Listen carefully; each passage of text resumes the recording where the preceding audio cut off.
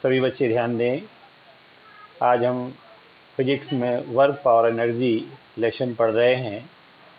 इसमें वर्क के बारे में हम लोगों ने पिछले टर्म पर पढ़ा था। पिछले टर्म में ये सीखा था कि जब फोर्स कांस्टेंट हो तो वर्क किस प्रकार से निकालते हैं। उसके लिए हम लोगों ने सीखा था कि एक ये ब्लॉक है जो किसी सरफेस पर डिस्प्लेस किया जाता है, यहाँ फोर्स लगाकर, और फोर्स था F और डिस्प्लेसमेंट था S। तो हम लोगों ने ज्ञात किया था कि work done W is equal to F into S। Second case हमने पढ़ा था कि अगर कोई ब्लॉक है और इस पर फोर्स लगाया जाता है, फोर्स की डायरेक्शन डिस्प्लेसमेंट की डायरेक्शन के साथ थीटा एंगल बनाती है। ये थीटा एंगल है और ये डिस्प्लेसमेंट S है और यहाँ फोर्स F था। तो work done W is equal to आया था F/S cos थीटा, और इसका वेक्टर फॉर्म भी हम लोग सीख चुके हैं। W is equal to vector F dot vector S। आज हम पढ़ेंगे कि अगर फोर्स वेरिएबल हो तो आज हमें निकालना है work done when force is variable.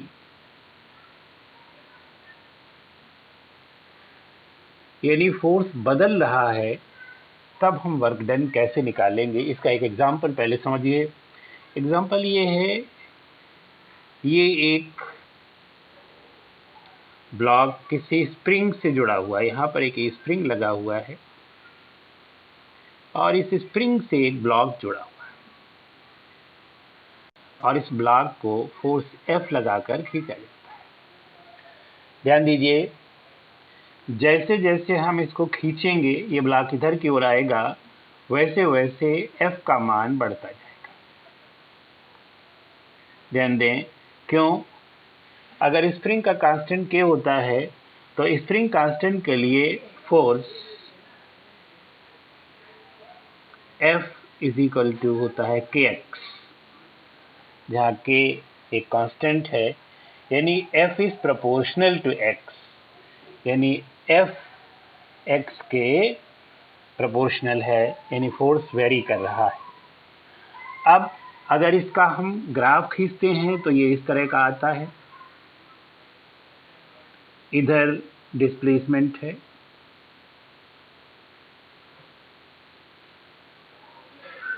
और इधर फोर्स है। अगर हम इसको खींचते हैं तो ये इस तरह का एक कर्व आता है।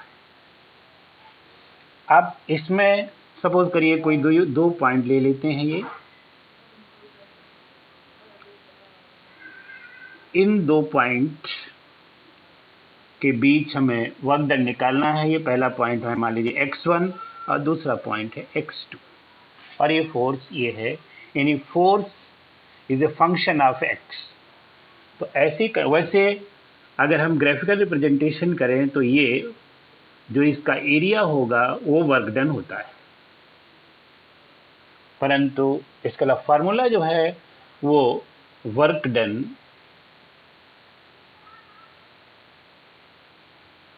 W इज इक्वल टू हो जाएगा, फार्मूला इसमें है sigma from x1 to x2 और F x, यानी force the function of x into delta x। ये फार्मूला होता है वर्क डन का। और डेल्टा x सभी बच्चों के दिमाग में आ रहा होगा, ये डेल्टा x क्या है? डेल्टा x, इसमें वर्क डन निकालने के लिए इसको इस तरह से कल्पना की गई है, या इधर ध्यान दीजिएगा कि जो ये वर्क है, जो ये जो ग्राफ निकलता है, इस ग्राफ को इस तरह से छोटे छोटे टुकड़ों में डिवाइड किया गया है।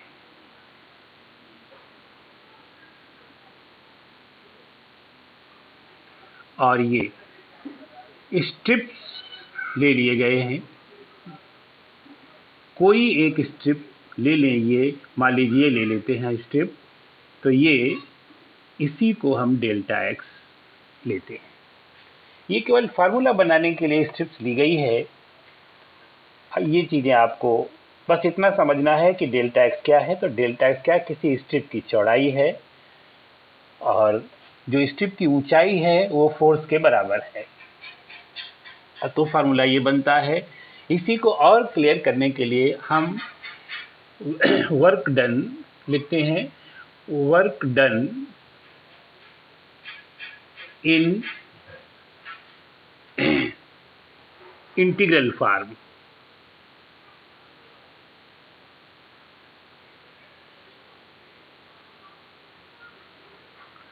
यानी W is equal to integral from x1 to x2 function x into dx। ये फार्मूला होता है। और इस फार्मूले से हम चाहे जैसा वेरिएबल फोर्स हो, हम वर्क डन निकाल सकते हैं। जैसे इस तरह का भी हो तब भी आसानी के साथ निकाल सकते हैं। ये इस तरह से, ये फोर्स का कर्व है और इधर डिस्प्लेसमेंट है। ये डिस्प्लेसमेंट है और ये फोर्स है। इस कंडीशन में भी हम ये इसकी एक छोटी सी स्ट्रिप ले लेते हैं। ये यही इसी स्ट्रिप की जो चौड़ाई है वो dx है।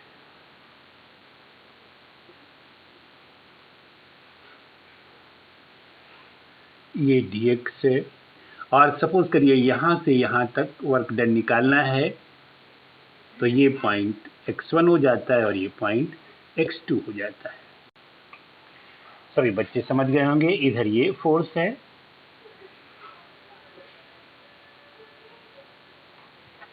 तो इस तरह से वेरिएबल फोर्स में हम ये वर्क डन का फॉर्मूला लगाते हैं।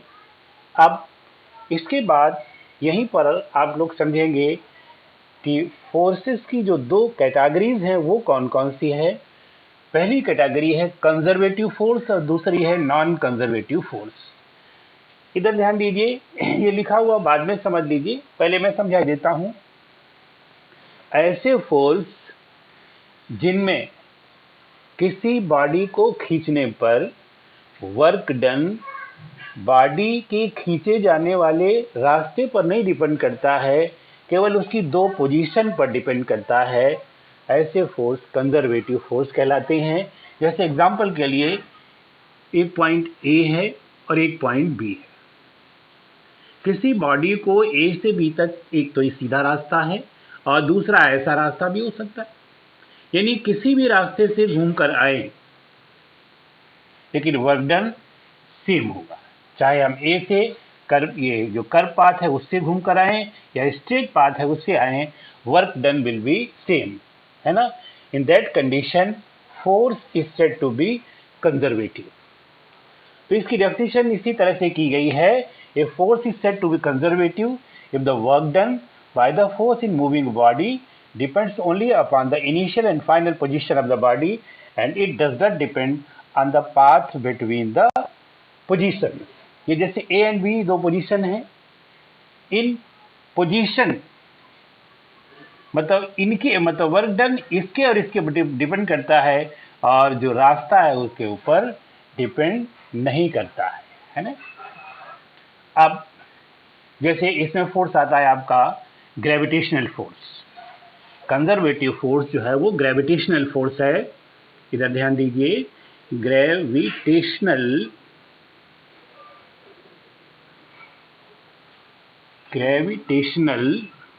फोर्स ये कंजर्वेटिव है।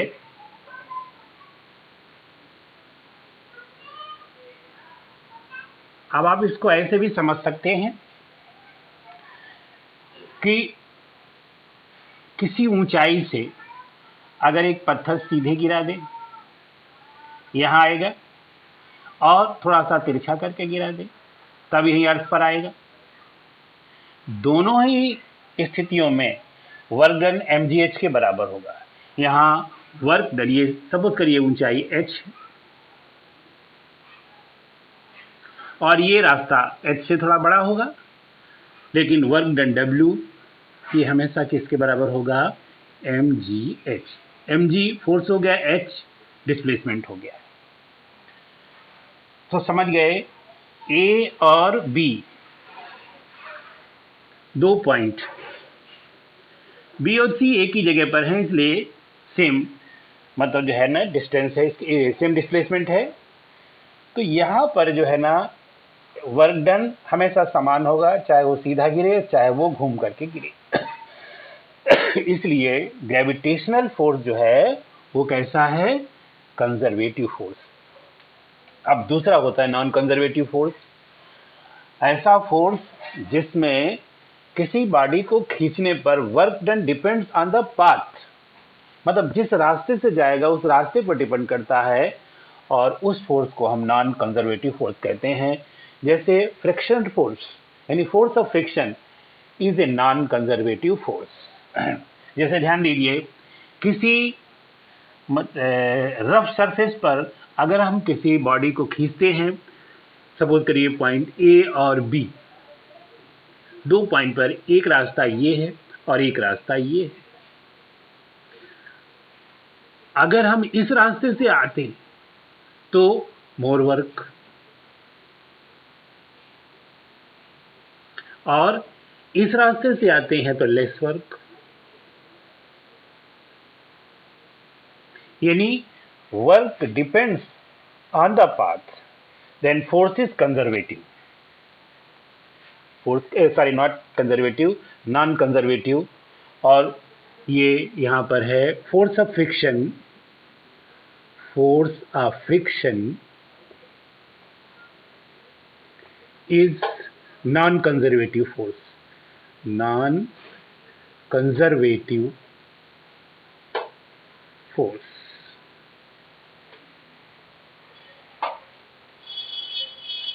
सभी बच्चे अब समझ गए होंगे। इस तरह से ये चीज आपको समझना है और याद करना है।